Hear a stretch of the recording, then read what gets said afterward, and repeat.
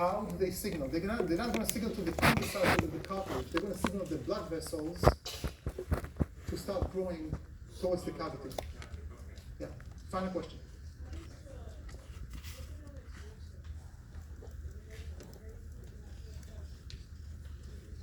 It's not going to stop. It's a great question. It's not going to grow, and then stop, and then ossification comes. It's the rate that is changing. When the rate of proliferation, right? What will happen when there is a rate of proliferation matching perfectly the same as the rate of ossification? This is when we grow. The rate of ossification starts to increase, and the rate of proliferation stays the same or even slows down. At some point, ossification will end. That's exactly what happens. Okay, final question.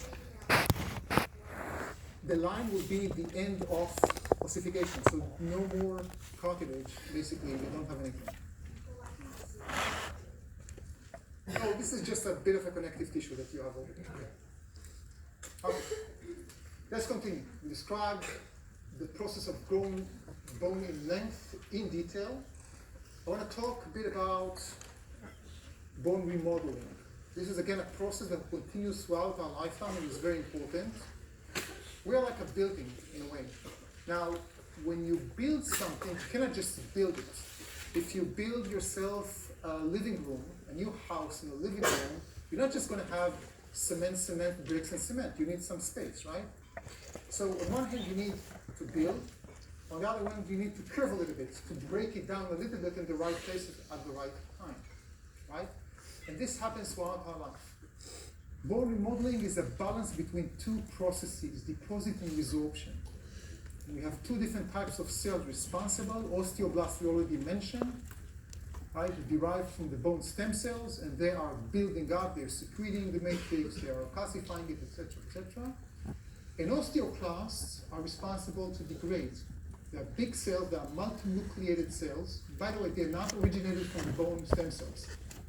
They are part of the bone marrow stem cells. They are part of the macrophage lineage. They just don't become macrophages in the end. They become those osteoclasts. They are multinucleated cells that secrete a lot of enzymes that will degrade the matrix around them. So basically, they secrete the degraders, if you will, something that will scratch off or will degrade the matrix. And that balance is so critical. Guys, help me. Let's see some of you that read.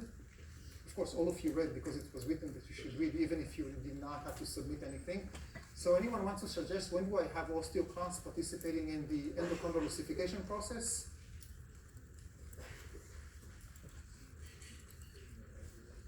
Wonderful. Just save the class. We have a medullary cavity, right? The marrow cavity. We're not just building bone in the primary and secondary ossification centers. We are building and then we are degrading, so we have more cavity than compact bone. Osteoclasts are very important. Osteoclasts are not the bad guys, and osteoclasts are the good guys. It's that balance that is so critical. Okay, formation of the cavity. Or formation of the spongy bone, in the case of the spongy bone.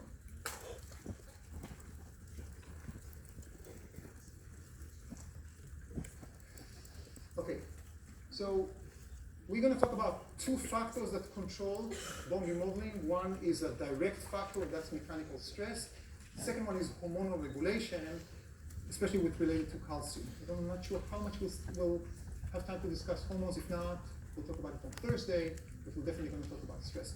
Two questions for you, talk with each other. What is the advantage of having a cavity in the long bone? Why would you need a cavity? I mean, why not just have more bone, more resilience, more everything?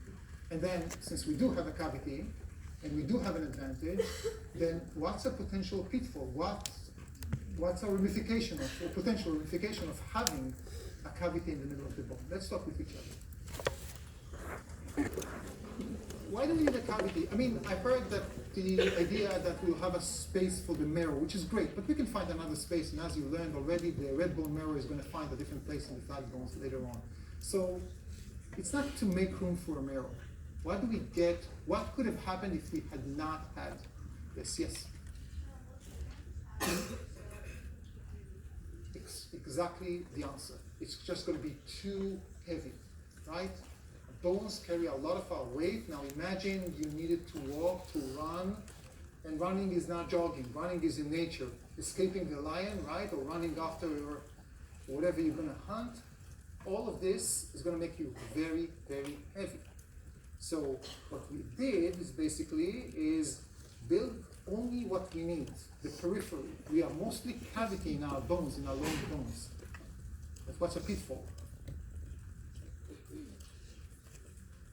It's more fragile since it's not solid It's through. more fragile because bone, especially the compact bone, but not just, the spongy bone, right, is where we have all the collagen and the osteons and the resistance to torsion and tension.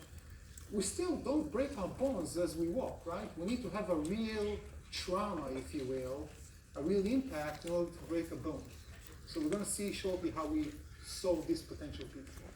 Okay, so the bone will not be too heavy. That's the reason why we get bone loss, and the fragile bone in the middle, right? And it's going to be in that. When I say middle, I mean not the middle between in the y-axis, in the long axis, but middle in the diameter. So we're going to talk about mechanical stress, and we're going to talk about a guy that his name is Wolf, not Wolf, but Wolf, a German scientist. For decades and decades and decades, scientists have trying to understand how the bone responds to what we call mechanical stress. Stress, basically the external pressure that the bone is experiencing. It can be tension, it can be compression, squeezing, different parts. It's very dynamic. There can be parts that are experiencing tension right now, and immediately after that they will experience compression. And by the way, the next 2 or 3 slides are going to be very different from what you have. I changed those slides, and you'll be able to get them in the annotated slides when I post it, just because although, as we discussed, sometimes we have to be a bit simplistic, these slides are so simplistic that I thought I don't want to be too simplistic, right? So I'll address some of the things that were mentioned there, but we will talk about what we know. Not only that we have these research and studies, we still have some debates about exactly what's going on and which cells respond to what. Is it compression or tension, etc. But the one thing that we have in consensus is Wolff's law, and Wolff is the one who described it after measuring forces, and this is the idea. If you put a load on it, it will remodel, okay? And the idea is that if floating or putting a stress on a particular bone, if it increases, the bone will remodel itself over time to become stronger to resist that sort of floating. In other words, the more you challenge the bone with load, the stronger the bone will become, and will be more resistance to this load, or loads that will come after that.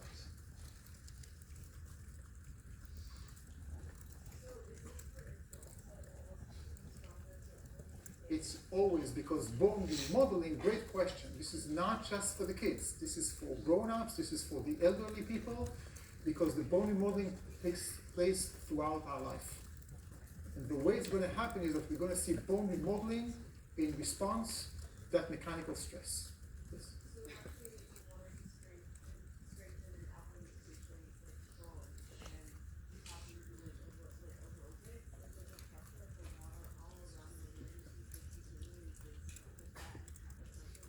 So ask me that later on after we talk about osteoporosis, whether we have time today, if not on Thursday, ask me about this, okay? Great question. Yes? So in the case of like people with amputation of the different like kind of bodies, would it be modeled differently than like what we would consider? The answer is yes. Let me give you another, before we even talk about different types of load and so on. What about astronauts? Astronauts do not experience any gravity, right? So what happens? Are their bones being affected? The answer is big time, yes. The bone mass is becoming much less dense, and that's one of the things they need to be prepared for and practice as much as they can, okay? They suffer from what we call osteopenia. Osteopenia is not osteoporosis, it's just any loss of bone mass. Okay, so this is where the slides become really different from what you have. So this is the same thing, right? And the reason I'm showing it, it's not because you see compression here in tension. This is a part that is, again, it's overly simplistic. It's true that the body weight is putting a lot of load here. So it means you are pressing or compressing in this part. This is the femur, of course, and the neck. And then when you compress here, you bend this part, right? So it's tension. Think about like an arc or a stick. When you push it one part, you bend it in the other part. Why am I saying it's simplistic? Because we just see the body weight, and we have different muscles that will pull and push and everything. So in some parts there will be compression, in some parts tension. But the reason I'm still putting this is just to answer the second question that I asked you 2 slides ago. What did you say one of the pitfalls is? Is the fact that it can be very fragile, because we don't have there the bone to resist the different forces. But what we have is that in the middle of the bone, we actually have 0 forces, because the compression and tension forces cancel each other out. So right in the middle of the bone, and when I say middle, I mean not middle like here, but middle like here.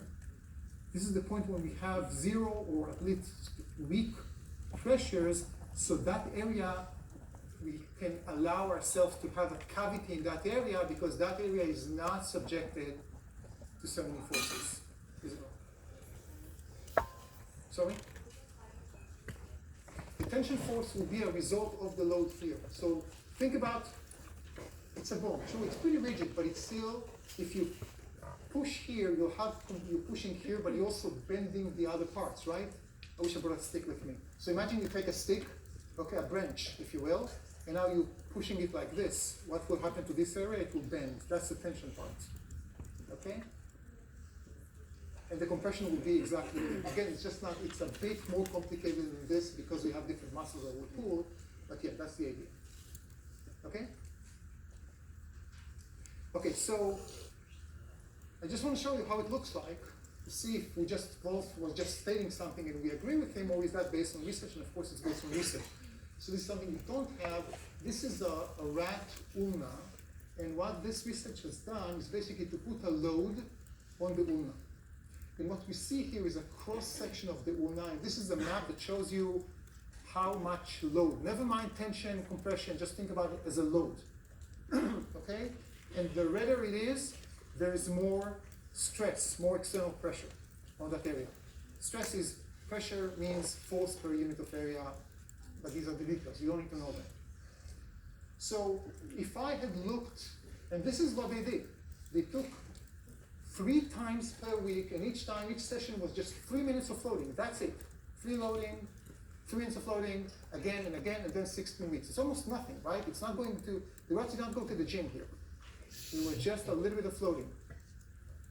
So where would you expect to have more bone deposit and where the bone will grow?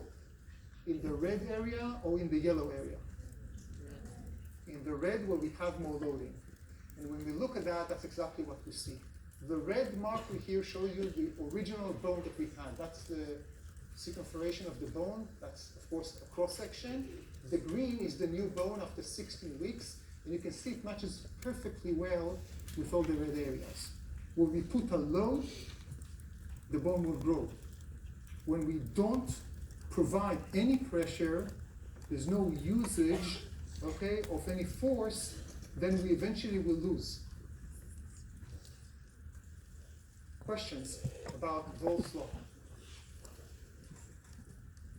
Never mind exactly in your original slide, there is tension and compression. Don't worry about whether it's compression or tension. Again, scientists are not really clear about that. Just think about load as a whole.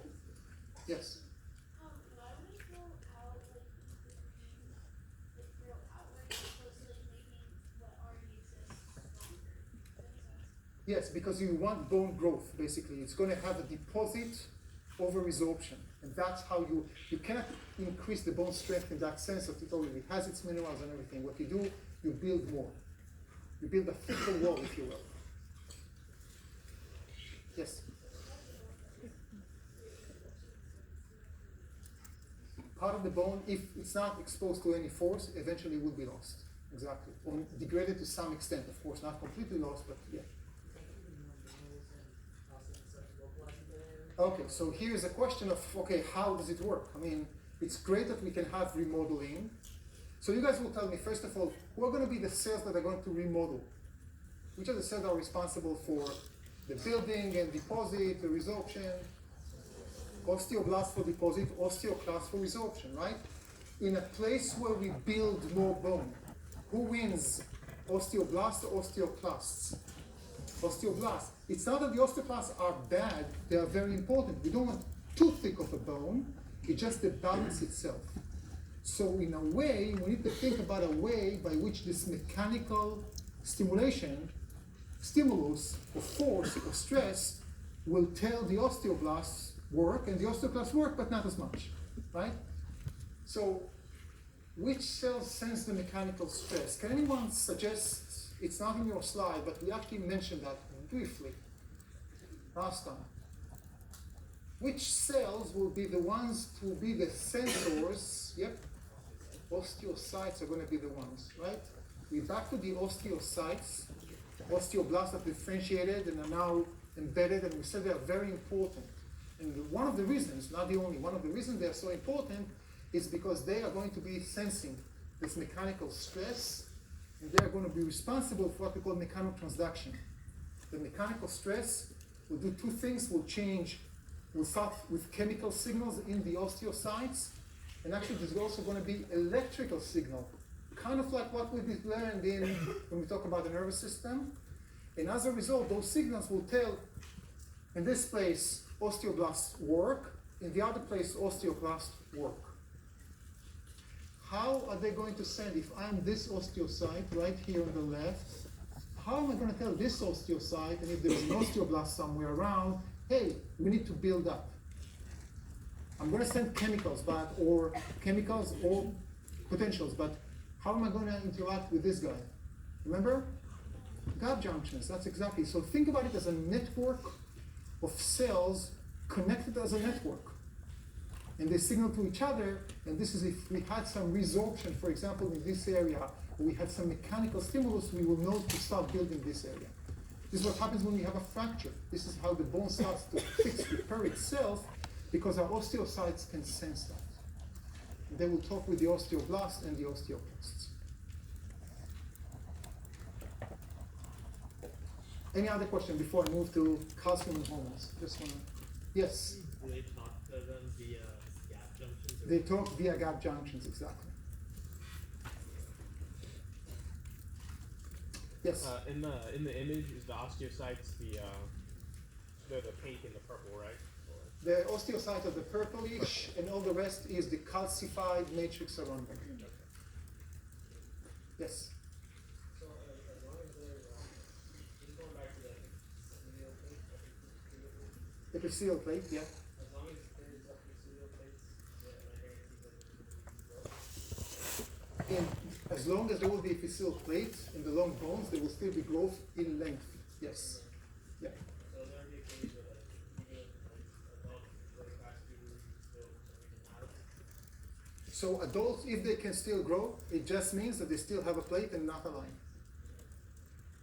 That extra few millimeters, it means you still have some epiphyseal plate. Yeah. If you still have a plate. And you did not yet grow into a line. Anything else about the mechanotransduction? Of course, you don't need to know the molecules and exactly how it works. It's just the idea to understand that when you talk about signals, it's not just one chemical to the other. Mechano is a signal. We can sense those forces, and that's a very important part. It's important for a muscle, it's very important for a bone tissue. And again, those slides will be in the annotated slides I will post later today or tomorrow. Okay. The second factor, one was bone remodeling due to mechanical load. The second factor is homeostasis of calcium. This is not in order to remodel the bone. This is more taking advantage of the bone. Why? Because calcium is stored in the bone.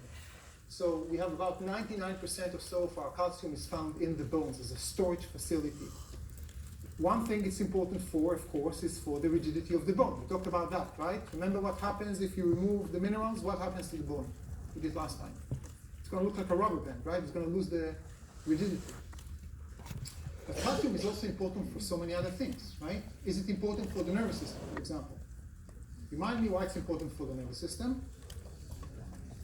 Because the neurotransmitters, right, at the end of the action potential, at the axon terminal, to start the whole magic process we discussed, we need the calcium, so we have to have calcium. This Thursday, and continuing in the next week or so, and a bit later after that, we're going to talk a lot about muscles, okay? So we will see that calcium is going to be a key factor in muscle contraction. We have to have calcium. By the way, just a word about the next lectures. We're going to start on Thursday. We're going to finish the skeletal, just a few slides. We're going to start with the muscular, and then we're going to have a 1, 2, yes, like 3.5 or so. We're going to have please note that the exam itself is going to be before the fall break, okay? So I do not like to give students exams after fall break. I think you should fall break use for fall break. Sometimes you cannot just avoid it because of so many other reasons, but at least I'm trying to. So that also means that it's going to be a bit intense before the fall break. So just make sure that right now you already started learn about the endocrine system. You're now finishing about to finish the skeletal system. Why? Because the muscular is going to be intense. It's a wonderful system, and you're going to, I think, enjoy it, but it's going to be intense. So give yourself enough time. Okay, we're back into the calcium. So we need calcium, and we need calcium in the bones, but we also need calcium in the blood. And when we think about homeostasis, based on what we learned about insulin or glucagon, where are we going to focus? Where is that homeostasis window going to be? In the bones or in the blood? In the blood or in the bone? Where are we going to measure calcium and say we have enough or we don't have enough? In the bones or in the blood? In the blood. Why? Because we need the nervous system to work with all due respect to our bones, and we need the muscles to contract with all due respect to our bones. So if something happens and I did not eat enough calcium, or I did not absorb enough calcium from what I ate, because not every food has we have the same absorption. So where I'm going to get my extra calcium for the blood and for the nervous system and for the muscular system? In the bones. This is my storage. Okay. And you're going to control it through 2 sets of hormones and 2 glands. One of them we already met, the other one we just mentioned once. The one that we're familiar with is the thyroid gland. When we talk about the thyroid gland, we talk about thyroid hormone, but now we're going to talk about a different hormone called calcitonin. We'll mention it in a second. But we're going to mainly focus on the main gland responsible for calcium homeostasis, and that's the parathyroid gland. And these are 4 small bean-shaped glands that are found typically in the posterior part of the thyroid gland. Okay, there's a lot of stuff going on here, so we'll just do it gradually and slowly. The idea is to keep homeostasis of calcium. You don't need to remember the numbers, but just homeostatic levels, right? There's a small window that we need to make sure we keep. So let's say that we have falling calcium levels in the blood. For example, you did not eat enough calcium, or you ate calcium, but you did not absorb enough calcium. Anyone knows what vitamin is essential for absorption of calcium? Vitamin D. Where do we get a vitamin D from? The sun. Do we get it from the sun? Is it created in the sun? Where is it created? In our body, in our skin. Okay? What is it made of? We didn't learn about this, but just to know. This is made from cholesterol, exactly. Cholesterol in the lower parts of our body. Okay, so we make vitamin D. We're not going to talk about vitamin D today, but it's essential that you have enough vitamin D to absorb the calcium. And it's not the only thing. We have vitamin K, we have different other things that we're not going to talk about. So if I don't have enough calcium, I should eat more calcium, but if I still don't have it, right, I'm going to release, we're going to have chemoreceptors for calcium levels, and the parathyroid gland is going to release a hormone called parathyroid hormone, which is called PTH, and for the sake of this class, I'm completely okay with you just remembering PTH.